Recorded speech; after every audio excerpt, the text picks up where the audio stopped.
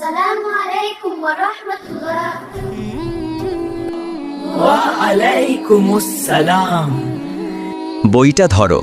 আজ আমি তোমাদের এক সত্যিকারের ঘটনা বলছি। একবার একজন যুবক কাঁদতে কাঁদতে রাসূলুল্লাহ সাল্লাল্লাহু আলাইহি ওয়াসাল্লামের কাছে এলেন। তিনি বললেন, ইয়া রাসূলাল্লাহ, আমার গুনাহ এত বড় যে আল্লাহ আমাকে কখনো ক্ষমা করবেন না। রাসূলুল্লাহ সাল্লাল্লাহু আলাইহি ওয়াসাল্লাম মুচকি হেসে বললেন, হে যুবক, তুমি কি জানো তোমার রবের রহমত তোমার গুনাহের চেয়েও বড়? যদি তোমার গুনাহ আসমান জমিন পর্যন্ত পৌঁছে যায়, তবুও তুমি যদি কাঁদতে কাঁদতে তাওবা করো, আল্লাহ তোমাকে এমন ক্ষমা করবেন যেন তুমি কখনো গুনাহই করনি। সাহাবীগণ জিজ্ঞেস করলেন, ইয়া রাসূলাল্লাহ, এত বড় গুনাহগারের জন্য?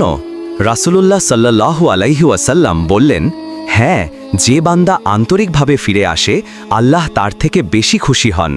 তো ভাই বোনেরা, আজ যদি মনে হয় তুমি অনেক পিছিয়ে পড়েছ, অনেক গুনাহ করে ফেলেছ, মনে রেখো আল্লাহর দরজা এখনও খোলা।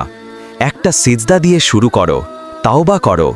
আল্লাহ বলেন, আমি আমার বান্দার ধারণার চেয়েও বেশি দয়াময়। আজই ফিরে আসো, আল্লাহ তোকে জান্নাতের দিকে হাতছানি দিয়ে ডাকছেন।